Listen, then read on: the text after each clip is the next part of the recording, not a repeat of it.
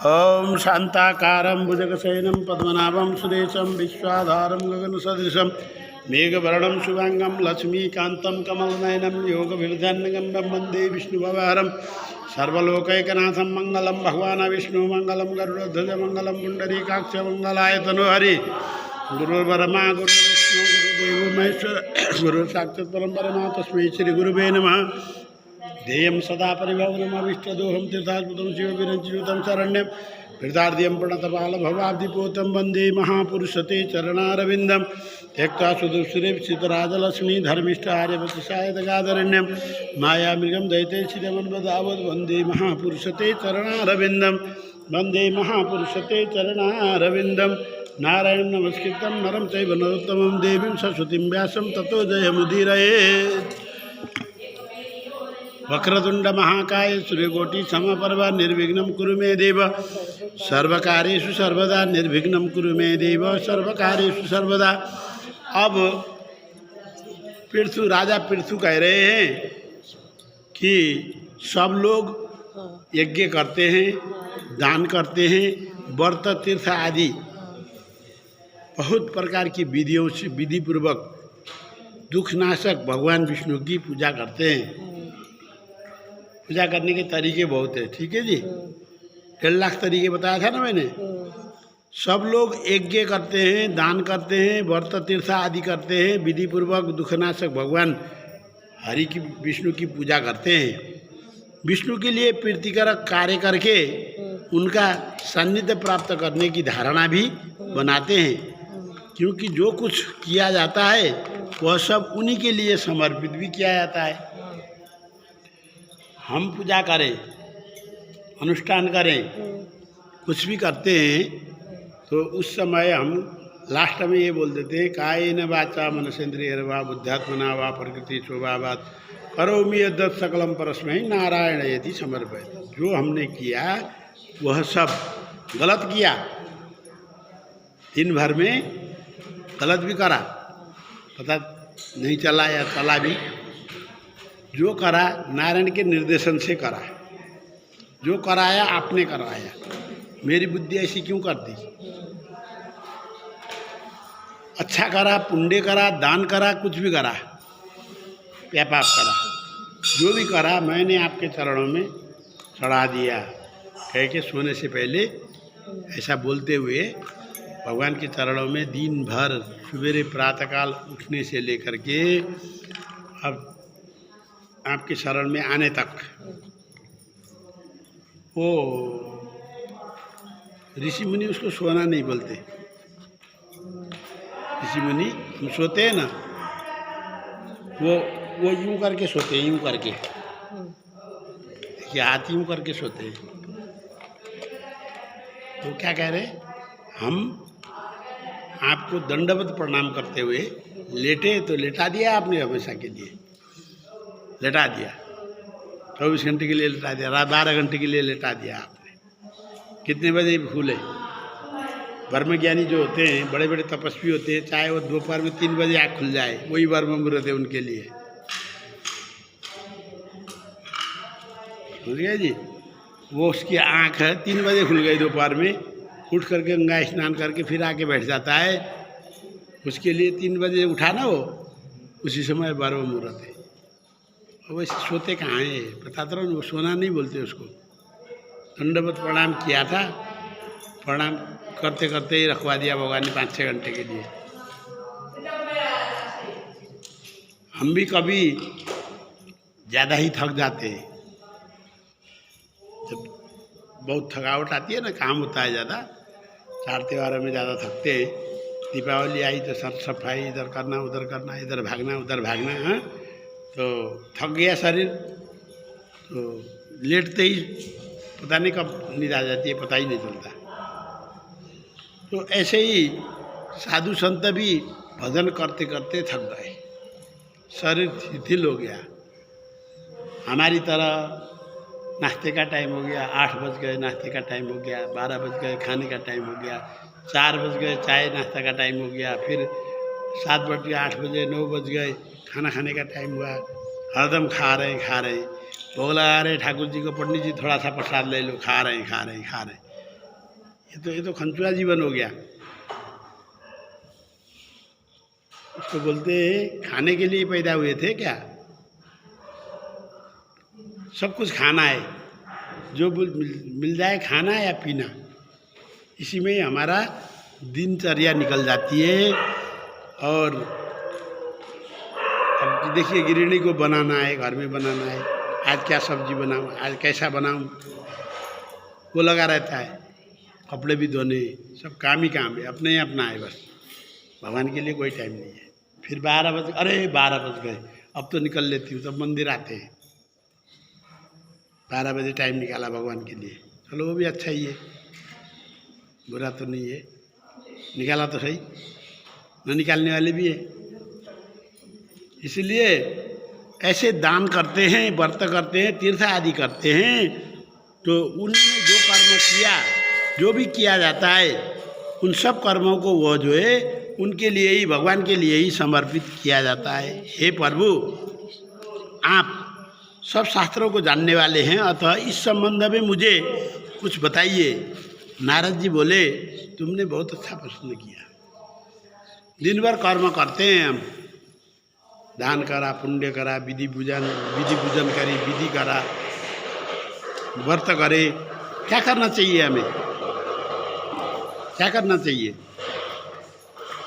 तो ये दिनचर्या कैसी होनी चाहिए हमारी, इस विषय में, इस संबंध में आप कुछ दिशा निर्देश दें, ज्ञान दें। तो नारद जी कहने लगे, तुमने बहुत अच्छा प्रश्न किया है, एकाग्र चित्त होकर के सुनो। मैं तुमसे पूर्वकालीन एक दिव्य इतिहास कथा को कहता हूँ। देखिए, किसी भी बात को कथा के माध्यम से समझना जल्दी आ जाता है। ऐसे ऐसी गलती करेंगे तो कह करके मैं कहूँगा, तो आपको उस गलती करते समय याद नहीं आएगा। ठीक है जी, किसी के बारे में बोलना नहीं चाहिए, किसी की बुराई की बातें सुननी नहीं चाहिए। ये तो सब ज्ञान दे रहे हैं, गुरु जी ज्ञान दे रहे हैं, पंडित जी ज्ञान दे रहे हैं, शास्त्र ज्ञान दे रहा है, फिर भी बोलते हैं हम, फिर भी सुनना पड़ता है। जाते जाते आपस में दोनों झगड़ रही है तो उनको अलग करना ही पड़ेगा, देखने का पाप हो जाएगा फिर। नहीं तो कोई गाय को मार रहा है तो उसको टोकना पड़ेगा, देखने का पाप हो जाएगा फिर।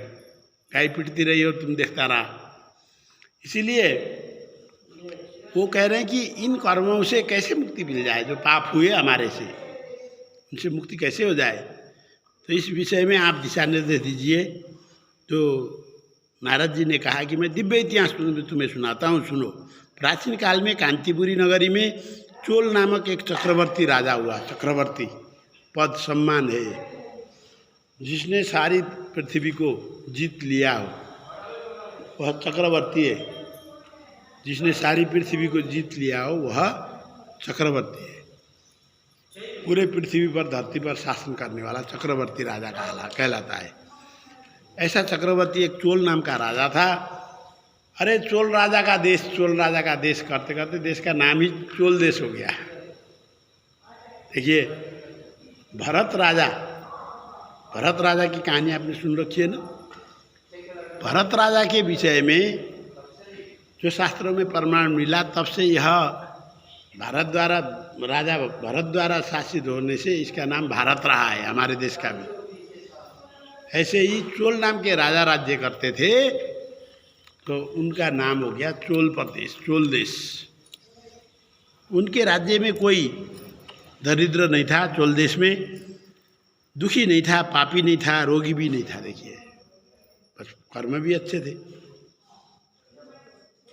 जब हम प्रधानमंत्री, राष्ट्रपति, राजा बनाते हैं, सोच समझ के बनाते हैं, बनाना चाहिए। लोभ मोह में आकर के नहीं बनाना चाहिए, सोच समझ के बनाना चाहिए। तो उस समय राजा अगर दानी है, राजा अगर पूजा पाठ करने वाला है, भगवान से डरने वाला है, तो फिर सर्वत्र क्या होगा, जनता भी उसी लाइन पे चलेगी ना। जनता भी दान करना चाहिए, जो हमारे पास आया उसका दशांश दान को दान करना चाहिए, उसके मन में भी आएगा। पूजा पाठ भी करना चाहिए, ब्राह्मणों को संध्या बंदन आदि भी करने चाहिए। इस विषय में जब राजा को यह मालूम पड़ा कि मेरे राज्य में कोई दरिद्र नहीं है, कोई दुखी नहीं है और कोई पापी भी नहीं है, कोई रोगी भी नहीं है। उसने ताम्रपणी नाम की नामक नदी के तट पर अनंत यज्ञ किए। देखिए, सुख शांति होता है तो इतना भक्ति नहीं लगता जितना अशांति होने पर। तो द्रौपदी ने उसने जो वो थी ना, क्या नाम है उनका, सूर्य से वरदान लिया था जो कर्ण की मम्मी कुंती माँ ने, कुंती ने क्या कहा था श्री कृष्ण भगवान को, देखो जब दुख आता है, हमारे ऊपर संकट आते हैं तो आप तुरंत सामने आ जाते हो। इसलिए जिंदगी में संसार के जितने भी दुख हैं वो मेरे ऊपर ही देना। जब जा रहे थे भगवान श्री कृष्ण द्वारका की तरफ जा रहे थे तो उस समय उन्होंने मांगा कि दुख होते ही, संकट होते ही आप सामने आए हमेशा जिंदगी भर, तो आगे भी मुझे ऐसे दुख देते रहना। कितने दुखों का पहाड़ टूटता गया कुंती के ऊपर, द्रौपदी के ऊपर, सहन करती गई। उससे भगवान निकालते भी गए, दोनों को निकालते भी गए। धीरे धीरे धीरे धीरे सब चीज़ की व्यवस्था करते करते आज राज्य मिल गया, 5 बेटे जिंदे हैं। महाभारत की लड़ाई हुई, कौरव पक्ष का 101 संतान सब स्वाहा हो गई और मेरे 5 के 5 जिंदे हैं। अब राज्य कर रहे हैं, राजा युधिष्ठिर बन के आए, अच्छे अच्छे अर्जुन जैसे सेनानी मेरे बेटे हैं, सर्वत्र हमारा राज हो गया है, मैं रानी बन गई हूँ। मेरे दुखों का सब जितने कष्ट हुए थे, जितने दाग लगे थे, जितने धब्बे थे, जिसमें जलन थी, उन पीड़ाओं में जो है आपने मलम लगा दिया। अब सब चीज़ में मलम लग गया, पुराने दुखों को मैं भूल गई। अगर मैं सुख में रहूँगी तो आप दर्शन कैसे दोगे फिर? इसीलिए आपने हमेशा दुख में साथ दिया है, इसलिए मुझे बहुत संसार भर के दुख मुझे ही दे जाना, क्योंकि दुख में आपका नाम तो याद आएगा, सुख में नाम नहीं आता। तो इसलिए उन्होंने मांगा था इसी प्रकार। राजा ने भी जो है ताम्रपर्णी नदी के तट पर जाकर के अनंत यज्ञ किए। जैसे राजधानी में सुख शांति है तो राजा को टेंशन नहीं है, वो एकाग्र चित्त होकर के एक साइड लग गया। धर्म कर्म करने चाहिए, बड़े बड़े यज्ञ राजा को करना चाहिए, औरों की बस की बात नहीं है। जनता पब्लिक थोड़े यज्ञ कर सकती है, नहीं, राजा का काम है, यज्ञ का काम राजा का है। हम तो छोटे मोटे हवन यज्ञ कर सकते हैं, वही है हमारी सोच के बाहर हम नहीं जा सकते। तो उन्होंने बहुत अनंत यज्ञ किए, अनंत मतलब गिने नहीं जा सकते, इतने सारे यज्ञ किए। वहाँ पर रथ चक्र जैसे अनेक सोने के यज्ञ स्तंभ बनाए, जैसे खंबे बनाए, मंदिर बनाए, सोने के खंबे बनाए। पहले देखिए एक हमारा लाल किला है और उसके बाद कुतुब मीनार है, ये खंबे है ना, जो कुतुब मीनार है ये पुराने हिस्टोरिकल है। तो ऐसे ही उन्होंने भी सोने के खंबे बनाए जो राजा का नाम आ जाए, चक्रवर्ती राजा हुआ था कह के नाम आ जाए, कह के उन्होंने भी सोने के स्तंभ बनाए, मंदिर की स्थापना की, बड़े बड़े सोने के स्तंभ खड़े किए। हे मुनि, एक दिन वह राजा उस स्थान पर जा पहुंचा, जंगल की तरफ। अब भटक रहा है ना, देखो प्रभु की भक्ति की तरफ उसका ध्यान चला गया। जब राज्य में अशांति होती है तो राजा को दिक्कत होती, भक्ति नहीं कर पाता। इस समस्या से मैं जनता को कैसे निकालूं, उसमें टाइम खर्च हो जाता। अब फिर ये सब कुछ अच्छा है तो निकल गया वो। जाते जाते जंगल के किनारे में एक मंदिर बना हुआ था, वहाँ पे पावन पावनी नर्मदा नदी भी बहती थी। उसने जाकर के उस नर्मदा नदी में स्नान किया, नर्मदा के तट पर जंगल में मंदिर में जाकर के उसने कौस्तुभ मणि, सोना चांदी हीरा मोती के अलंकृत अलंकार बना करके उसने वहाँ पे पूजा किया। उसके बाद बड़े बड़े तपस्वी लोग ध्यान लगाते हैं, मैं भी ध्यान लगा लेता हूँ। तो ध्यान ऐसा नहीं है कि एक ही बार बैठ गया तो लग गया, साइड में जो है उन्हीं उनके द्वारा पूजित मणियों के दर्शन कर रहा है। और सामने भगवान में मणि चढ़ा दिया उसने, मुक्ता मणि चढ़ा दिया, कौस्तुभ मणि चढ़ा दिया, रत्न से भरिपूर्ण कर दिया भगवान को, उसके पास था कर दिया और साइड में ध्यान करने बैठ गया। उस मंदिर में नित्य एक ब्राह्मण सेवा के लिए आते थे। उसी समय जहाँ अनंत भगवान शयन करते हुए योग निद्रा में उपासना कर रहे थे। अब हमने क्या कहा था, देव शयनी एकादशी आ गई, भगवान जी को सुला दिया जाए, ये क्या था। देव उठनी के काटनी एकादशी आने वाली है, देव उठनी, उस दिन हम भगवान का शालिग्राम का तुलसी के साथ विवाह कर देते हैं। भगवान जी उठ गए करके सवेरे सवेरे जगाते हैं सब नियम है ना। तो भगवान योग निद्रा की तपस्या में रहते हैं, सोते नहीं हैं, सीधा जगत जननी योग निद्रा की तपस्या में वो लगे हुए थे। तदुपरांत उपासना कर रहे थे। राजा उस भगवान को मुक्तामणि, फल, स्वर्ण पुष्प और बहुत सारी वस्तुओं से विधिवत उसने पूजन करके तदुपरांत देवता के समीप बैठ गया। वहाँ पर एक ब्राह्मण आए, ब्राह्मण को आता हुआ वो देख रहा है, अब ध्यान थोड़ा लगेगा उसका, वो आ गया, ओम नमो भगवते वासुदेवाय, ओम नमो भगवते वासुदेवाय कहते हुए ब्राह्मण हाथ में गंगाजल की डोली लेकर के, गंगाजल मिला हुआ, गंगा स्नान करके गंगाजल वैसे उठा के ले आए। डोली में जो है गंगाजल है और उसमें जो है तुलसी के पत्ते हैं, अच्छे लेके आए थे तुलसी के पत्ते लेके आए। मंदिर में भगवान के सामने बैठे, कोई गंदगी थी तो साफ किया, वैसे राजा ने भी साफ करके बड़े अच्छे अच्छे मणि रत्न चढ़ाए थे। इसलिए अब पूजा हो गई है भगवान की, तो उसी के ऊपर पूजा करेंगे। अब देखिए, मैं एक दिन मंदिर शिवालय में गया तो एक भाभी जी बड़ा अच्छा तरीके से मन से जो है श्रृंगार कर रही थी, तिलक उलक लगा रही थी, बेलपत्र भी उनके पास थे, प्यार से चढ़ाया उन्होंने, दूब घास भी लेके आई थी, फ्री में मिलने वाले जो भी थे सब कर रही थी। मैं उधर से लोटा जल भर के लेके आया, ऊपर से जल चढ़ा के निकल गया। तो उनके मन में खिन्नता आई होगी ना कि मैं इतना बढ़िया श्रृंगार कर रही थी भोलेनाथ जी का, ये पंडित कैसा मूर्ख है जो ऊपर से आकर के सब धो डाला, सब श्रृंगार धो डाला। जल चढ़ाने का मतलब धो डाला, धो दिया। उनको भी तो कुछ हुआ होगा या नहीं हुआ होगा, थोड़ा महसूस करिए आप लोग।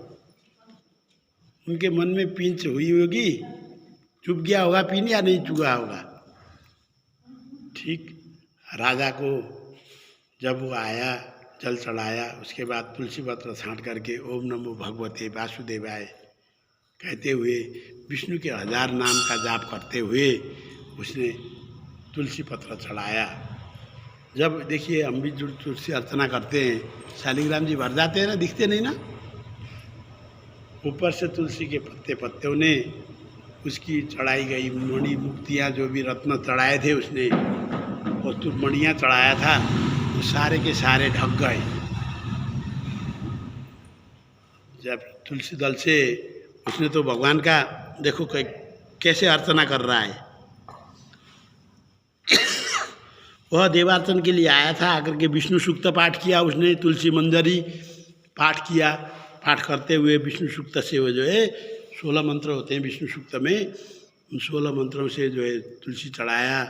उसके बाद तुलसी मंजरी में भी 18 मंत्र हैं, तुलसी मंजरी में का पाठ करके उसने देवता को पूजा की। उससे सारा कौस्तुभ मणि आदि सब ढक गए।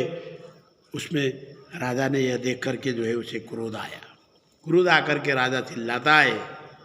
राजा ने क्या कहा सुनिए दी, मैंने स्वर्ण मणि मुक्ता आदि से जो पूजा की थी उसे तुमने तुलसी के मामूली पत्ते से तुमने क्यों ढक दिया, क्यों ढका? तुम विष्णु की पूजा करना नहीं जानते और मेरे मत्स्य से तुम मूर्ख भी हो लग रहे हो। विद्वान नहीं हो आप, मूर्ख हो।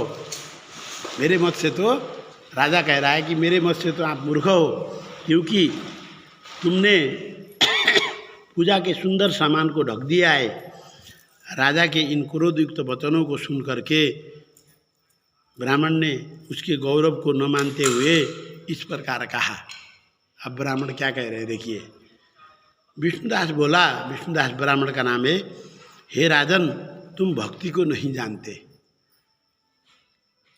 तुम्हें भक्ति नहीं आती, क्योंकि जो भक्ति में लीन होता है उसको इस बाहरी आडंबर से क्या मतलब, क्या चढ़ाया, क्या चढ़ाया, क्या उठाया। नहीं जी, अगर वो ब्राह्मण, वाह जी ठाकुर जी क्या बात है, आज तो बड़े खुश हो गए आप, कह के सारी मड़ियाँ उठा के लेके भी चलता। आज तो आशीर्वाद बरसाया आपने, मणि मणि लेके बैठे हो, मेरे लिए तो लेके बैठे होगे देने के लिए, लाओ ले ही जाता हूँ, कह के उठा के भी चलता। तो भी राजा को कुछ नहीं बोलना चाहिए था, क्योंकि ब्राह्मण का अधिकार था, चढ़ा हुआ लेने का अधिकार ब्राह्मण का है। जो सेवा करता है उसका अधिकार है कि चढ़ा हुआ वो ले ले। तो उसने भी जवाब दिया, मुझे तो ऐसा मालूम पड़ता है तुम्हें भक्ति करना नहीं जानते, और तुम घमंडी भी हो लग रहा है थोड़ा सा, तुम्हारे अंदर मैं इतनी बड़ी पूजा करने वाला राजा, ऐसा कुछ घमंड है। तुमने पूर्व काल में विष्णु के जिन व्रतों को किया है उनके विषय में कुछ बता सकते हो। ब्राह्मण त्रिकालदर्शी था, देखो अब पंगा पड़ गया राजा का। ब्राह्मण त्रिकालदर्शी था, उसने पूर्व जन्म में भगवान के कौन कौन से व्रत करे थे, कौन कौन से विधि करी थी, और इस ब्राह्मण कुल का उसमें ब्राह्मण कुल में प्रादुर्भाव हुआ, इन सब बातों को वो जानता था। तो उसने पूछा, वाह इतने बड़े अगर ठाकुर जी के प्रिय भक्त हो आप, तो बताओ आपने पूर्व जन्म में क्या क्या क्या किया था, उन्हें बताओ। तो नारद जी बोले, ब्राह्मण की इन वचनों को सुनकर के राजा ने हंसते हुए कहा, अहंकार युक्त शब्दों में इस प्रकार बोला। राजा कह रहा है कि हे ब्राह्मण, तुम तो बड़े गर्व से भर करके जो ये भक्ति कर रहे हो, तुम दरिद्र और अधम ब्राह्मण हो, भला तुम भक्ति क्या करोगे, तुम्हारे पास तो कुछ है ही नहीं, तुम्हारे पास तो कुछ है ही नहीं। तुम अगर पूर्व जन्म में भक्ति करी होती, अच्छा यज्ञ अनुष्ठान आपने करा होगा, विधि व्रत करे होते, तो इस समय धनवान होके आना चाहिए था। आप तो दरिद्र हो, दुखी हो, तुम्हारे पास क्या है, तुम तो कुछ कर ही नहीं सकते, दरिद्र और अधम ब्राह्मण लगते हो, भला तुम भक्ति क्या करोगे। तुमने यज्ञ दान आदि से भगवान विष्णु को संतुष्ट करने वाले कार्य नहीं किए थे, जब तो इस बार पैसा नहीं है तुम्हारे हाथ में। पूर्व जन्म में यज्ञ अनुष्ठान से भगवान को अन्न का दान किया होता, आज अन्न ही अन्न होता आपके घर में, यज्ञ अनुष्ठान किया होता, पैसे खर्च करे होते, दक्षिणा दिया होता ब्राह्मणों को यज्ञ अनुष्ठान करवा के, तो आज तुम्हारे पास ही मालामाल पैसा होता। तुमने तो कुछ करे ही नहीं थे, ऐसा लग रहा है मेरे को, तो मेरे मत से कह रहा है ना, वो शास्त्र की बात थोड़े बोल रहा है, मेरे हिसाब से तो तुमने वो ऐसा कुछ किया ही नहीं था, इसीलिए तुम इस बार जो है बड़े दरिद्र और अधम बन के आ गए। न तुमने कोई देवालय बनाया, आज तक मेरे द्वारा मेरे हस्त से निर्माण किए गए मंदिरों की गणना कोई नहीं कर सकता। इतने मंदिर स्थापना कराया मैंने अपने राज्य में, पूरे ब्रह्मांड का राजा था ना, चक्रवर्ती था वो, पूरे ब्रह्मांड में मैंने कितने देवालय बनाए, तुमने आज तक कोई एक देवालय बनाया? तुम तो बनी बनाए में आकर के चौधरी बन रहे हो। ब्राह्मण से ऐसे बात कर रहा है राजा, केवल भक्ति के कारण ही तुम ऐसा घमंड कर रहे हो, अतः हे ब्राह्मण तुम मेरी बात ध्यान से सुनो। अब वो ब्राह्मण को चैलेंज दे रहा है, वो कहता है कि मैं साक्षात विष्णु रूप होकर के, देखिए जब कहा गया ना कि हमारा अंत समय आएगा, तो उस समय भक्ति करने वाले को, भगवान का नाम का जाप करने वाले को नरक की यात्रा करने की जरूरत नहीं होती। आगे बोला कि स्वर्ग से विमान आता है लेने के लिए, और चतुर्भुज रूपधारी साक्षात भगवान विष्णु जैसे ही दिखने वाले उनके पार्षद आते हैं, गण आते हैं हमें लेने के लिए, ऐसा कहा गया है। तो मैं साक्षात विष्णु रूप बन करके, चतुर्भुज नारायण का रूप धारण करके तुम्हारे सामने ही मैं उपस्थित हूँगा, शीघ्र ही आऊँगा। उस समय सब लोग मेरी और तुम्हारी भक्ति के विषय में जानकारी प्राप्त करेंगे, देख लेंगे किसकी भक्ति में पावर है। मैं साक्षात विष्णु अवतारी बनकर, अब ब्राह्मण तो कह रहे हैं ना, महाराज दत्तचित्त एकाग्र होकर के अगर ऐसा यज्ञ किया जाए तो साक्षात विष्णु का स्वरूप धारण करके वैकुंठ को जाने को मिलता है। ब्राह्मण यज्ञ की व्याख्या करेगा जब तो उसको मन में लोभ आएगा, लालच आएगी, करने की लालसा बढ़ेगी। ब्राह्मण के पास जाता है, ऋषियों के पास जाता है, राजा है, उसको किसी के पास भी जाने का अधिकार है, कोई रोक टोक नहीं है।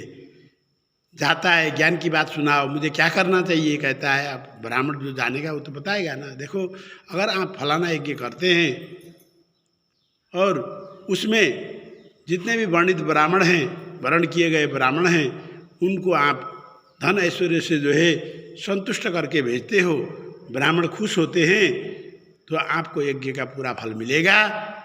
और उस यज्ञ के फल के बदौलत आपको सीधा विष्णु स्वरूप, अपनी स्वरूप को प्रदान करेंगे और आपको पुष्प विमान में बिठा करके स्वर्ग ले जाया जाएगा। इस तरह से जब ऋषि मुनि व्याख्या करते हैं तो राजा को कहता है कितने तक का एस्टिमेट करूं, इतने लाख तो चाहिए ही, चलो डन कर दो, मुहूर्त दो, कर देता था तुरंत। तो उसको तो ये घमंड आया ना कि अब मैं तो साक्षात जो है बनूंगा। इसके लिए वह यह कह करके राजा अपने घर की ओर चला गया। वहाँ उसने मुद्गल ऋषि, जिसका गोत्र मुद्गल है, उनके ऋषि का नाम है मुद्गल ऋषि। वशिष्ठ ऋषि के संतान है, हम वशिष्ठ गोत्र कहते हैं हम। मुद्गल ऋषि के संतान का गोत्र मुद्गल हो गया। तो मुद्गल गोत्रीय मुद्गल ऋषि को आचार्य बना करके उसने विष्णु यज्ञ आरंभ कर दिया राजा ने। वहाँ से तो चैलेंज दे के गया था ना उसको, ब्राह्मण को, देख तेरे सामने मैं विष्णु का साक्षात रूप धारण करके आऊँगा और लोग मेरी भक्ति की प्रशंसा करेंगे या तेरी भक्ति की प्रशंसा करेंगे, वो उस समय देखी जाएगी। इस तरह से चैलेंज करके चला था। फिर उसने बहुत बड़े बड़े यज्ञ किए। उसने ब्राह्मणों को बहुत सा अन्न और धन, बहुत सी दक्षिणा दी, जैसे कि पूर्व काल में वर्मा ने यज्ञ में करके दिया था। वर्मा जी ने यज्ञ करने के बाद वो जो सोने की असरफियाँ होती है ना, उसका दरवाज़ा खोल दिया कुबेर की राजधानी में जाके। कुबेर जी चलो इन ब्राह्मणों को जितना भोग सकते हैं दे दो। देखिए लेते समय लालच होता है, भोगते समय टेंशन। यज्ञ में बचा हुआ जो भी बचा हुआ था उसको, बचे हुए सामान को उत्तर की ओर फेंका जाता है। राजा ने उत्तरी क्षेत्र में फेंकवाया था क्योंकि उत्तरी क्षेत्र शिव जी का है। उत्तर भारत शिव जी के राज्य है। उत्तर भारत में शिव जी का है। जो आप भगवान भोलेनाथ के यहाँ फिर बद्री विशाल कैसे बना, मुक्तिनाथ कैसे बना आप कहोगे, वो जगह दी थी उन्होंने। आओ जी आप आओ, आगे स्वागत है। मैं भी इधर ही बैठना चाह रहा हूँ, बड़ा शांत एरिया में बैठे हो आप, तो बैठ जाओ, कहाँ बैठना है बैठ जाओ। सब दे रहे हो आप, परमिशन दे रहे हो, तो बद्री विशाल का क्षेत्र मुझे दे दो, मुक्तिनाथ का क्षेत्र मुझे दे दो, तो दे दो, बैठो जाओ, तपस्या करो, क्या जाता है। दे दिया था शिव जी ने। इसीलिए जब राजा ने घमंड शब्दों में कहा, यज्ञ की, जिस प्रकार वर्मा जी ने उसको ब्राह्मणों को धन, यथेष्ट धन वहाँ से उठा के ले जाने के लिए बोला था, हाँ, सब उठा करके स्वर्ण मुद्राएं उठा करके बोरी भारी ले जाते समय ब्राह्मणों को टेंशन, कोई ब्राह्मणों ने तो उसी थैले को उत्तर की तरफ फेंकवा दिया था, क्योंकि यज्ञ से बचा हुआ धन वो शिव जी का है, यज्ञ में बचा हुआ सामग्री शिव जी का है। तो कई ब्राह्मणों तो बोकते गए, जब उत्तरी क्षेत्र में पहुँचे तो उन्होंने कहा यार किस माया मोह के चक्कर में पड़ गए हम, बेकार दर्द। लो जी, सब समर्पण करके भी निकले थे ब्राह्मण, कई उनमें से जो त्यागी थे, कईयों ने लेके गए, मुसीबत में भी लेके गए उठा करके। इस प्रकार उसने इतना दिया जैसे वर्मा जी ने जो है ब्राह्मणों को दिया था, खुश की थी। फिर राजा गया क्षेत्र में चला गया, वहाँ के देवालय में विष्णुदास भी रहता था। विष्णुदास भी, इस राजा ने तो जो है ज़्यादा ही कर रखा है, गया क्षेत्र में मुक्ति मिलती है कहते हैं। मैं भी गया क्षेत्र में जा कर के भगवान का विष्णु का दास बन के रहता हूँ। विष्णुदास भी उधर ही भगवान विष्णु के मंदिर में सेवा करता था। वह विष्णु को प्रसन्न करने वाले 5 नियम का पालन करता था। देखिए 5 नियम क्या उनसे।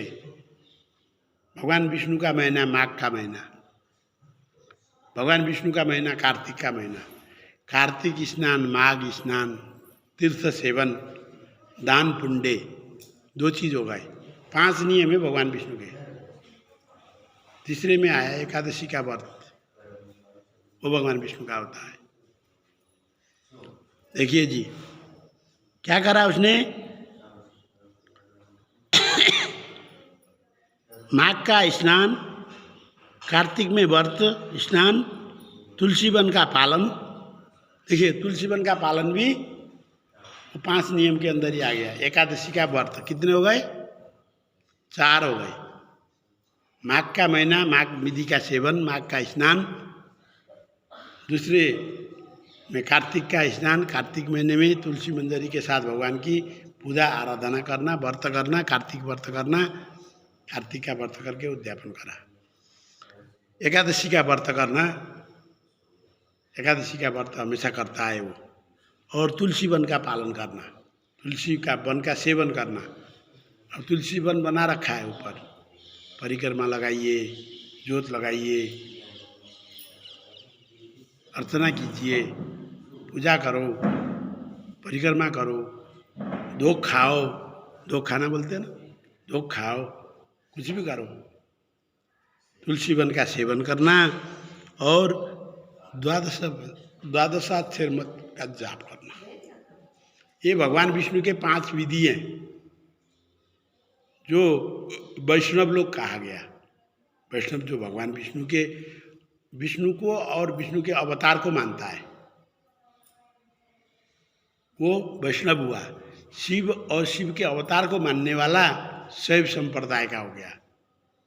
वैष्णव में भी बहुत संप्रदाय हैं, कोई राम को मानने वाले, कोई कृष्ण को मानने वाले, कोई सीधा नारायण को मानने वाले।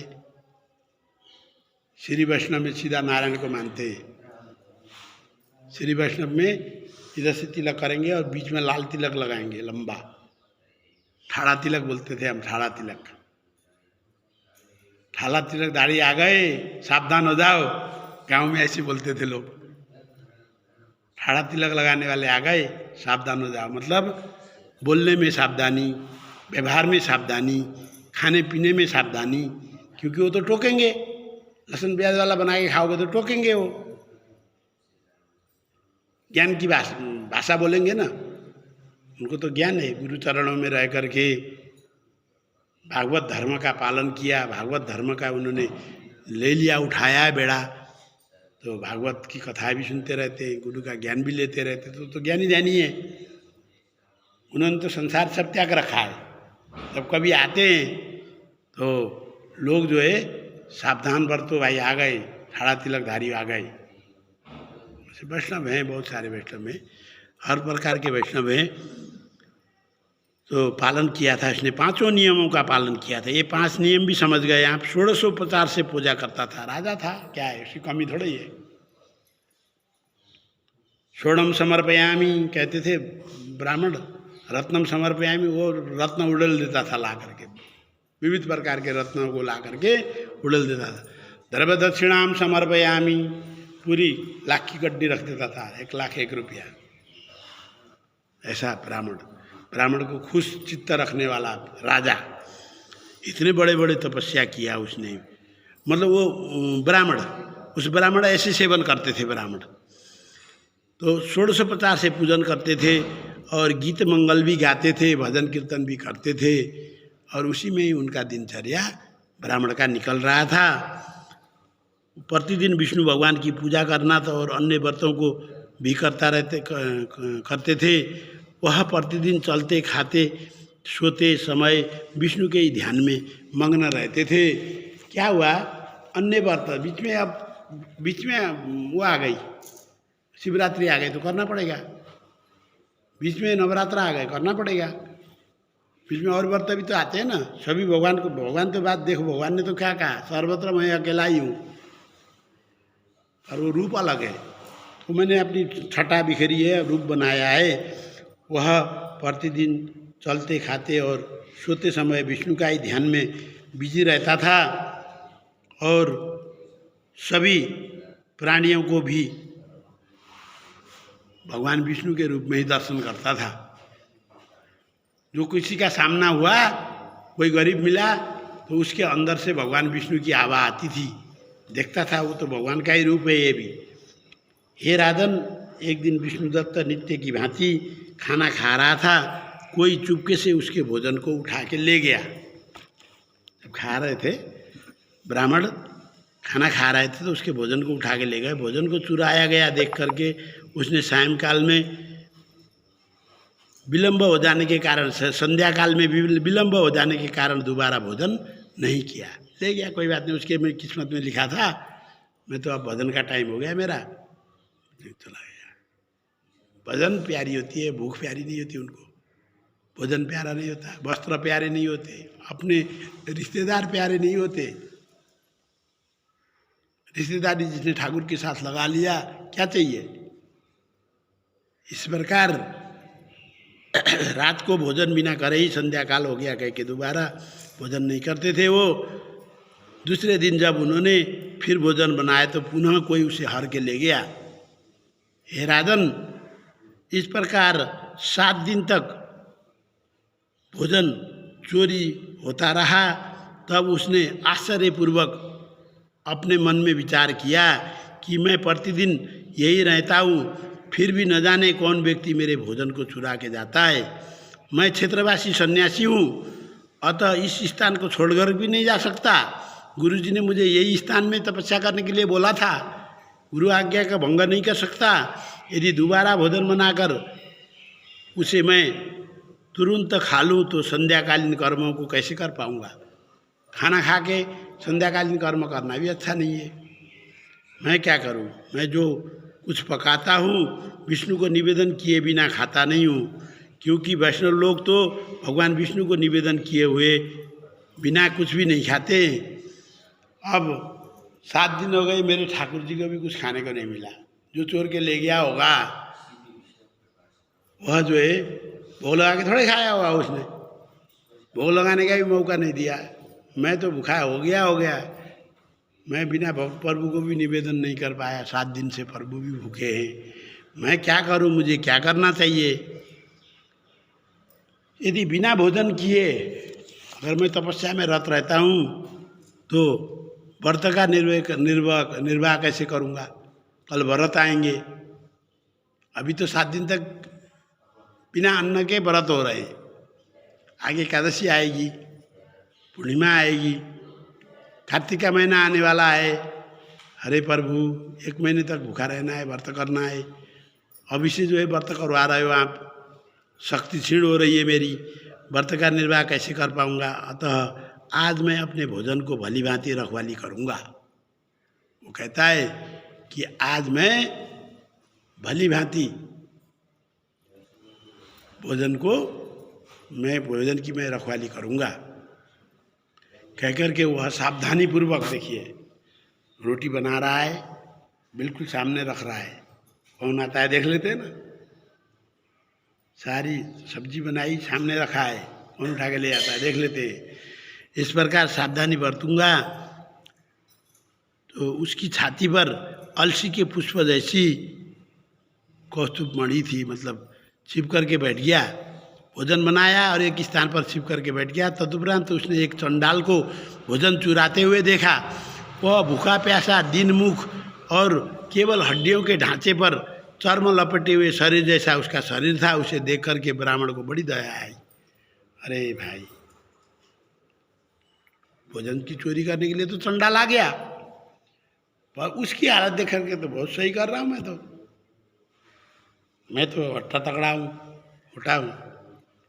मेरी तो ये अंदर जो वसा होती है वो पिघल जाएगी, उससे शरीर चल जाएगा।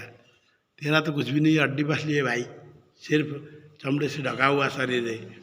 तूने खाया तो अच्छा ही करा, चल कोई बात नहीं, क्या क्या डांटूँ तेरे को। हाँ, बैठ दे आई। उस भोजन चोर को देख करके ब्राह्मण ने कहा, ठहर ठहर, ये रूखा भोजन क्यों लेता है तू, मुझे चुपड़ने दे, चुपड़ के बढ़िया खाने लायक बना देता हूँ, रुक जा, तुझे घी भी देता हूँ, रुक जा। तो ब्राह्मण द्वारा यह कहे जाने पर वह चंडाल भयभीत होकर के तेजी से भागा, परंतु थोड़ी आगे गया। अब देखो, चोर आया है और मकान मालिक जिंदा है देख रहा है और धमका रहा है उसको, वो टिकेगा वहाँ। दमपट हो रहा था, जाते जाते ठोकर आ गई और पड़ाम से गिर गया तो मुझसे हो गया। बेचारे वो घी की कटोरी लेकर के दौड़े दौड़े वहाँ पर पहुँचे। वहाँ पर जाकर के आँख बंद किया, हे प्रभु, हे परमेश्वर, आज मेरे हाथ से अनर्थ हो गया। यूँ करा था, नहीं था बेचारा, नहीं दिखा उसको कुछ भी। अरे आँख बंद करके प्रार्थना करें, हे प्रभु, दे दिया होता, बेकार उसको घी के चुपड़ने के चक्कर में छोड़ दिया होता, कुछ नहीं बोला होता, लेके निकल लेता हमेशा की तरह।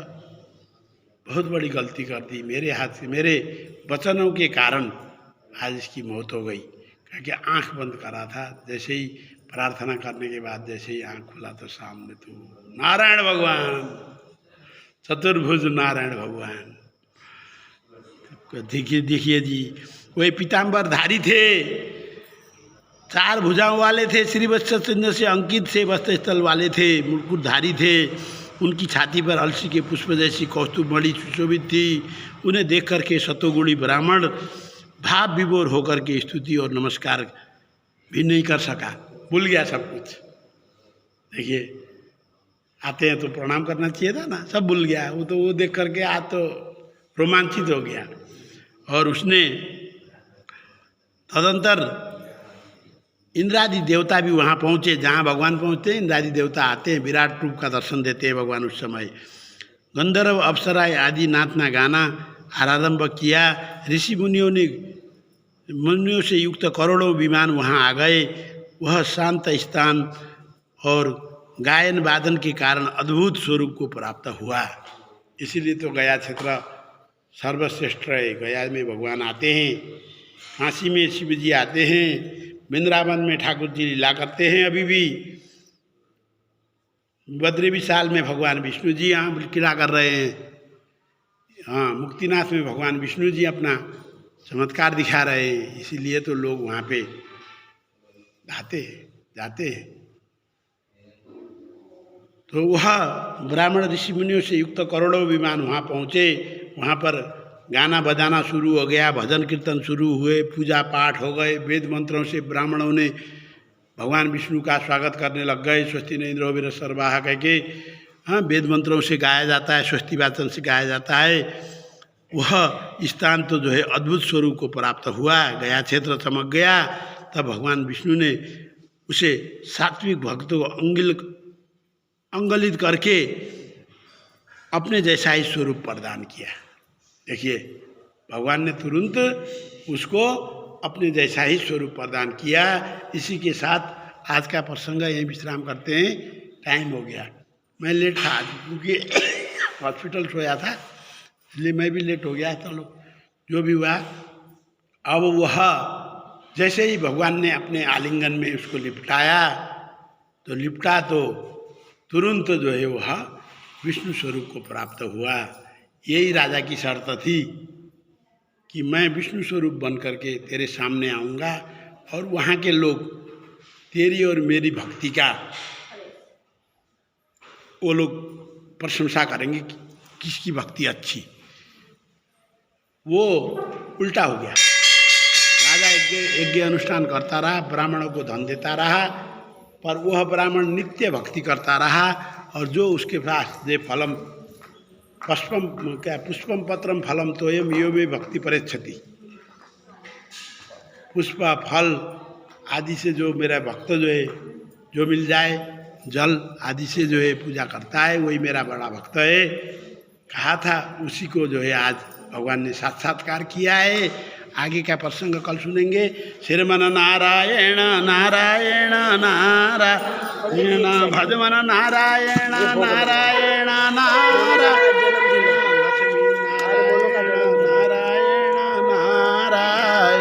लक्ष्मी नारायण नारायण नारायण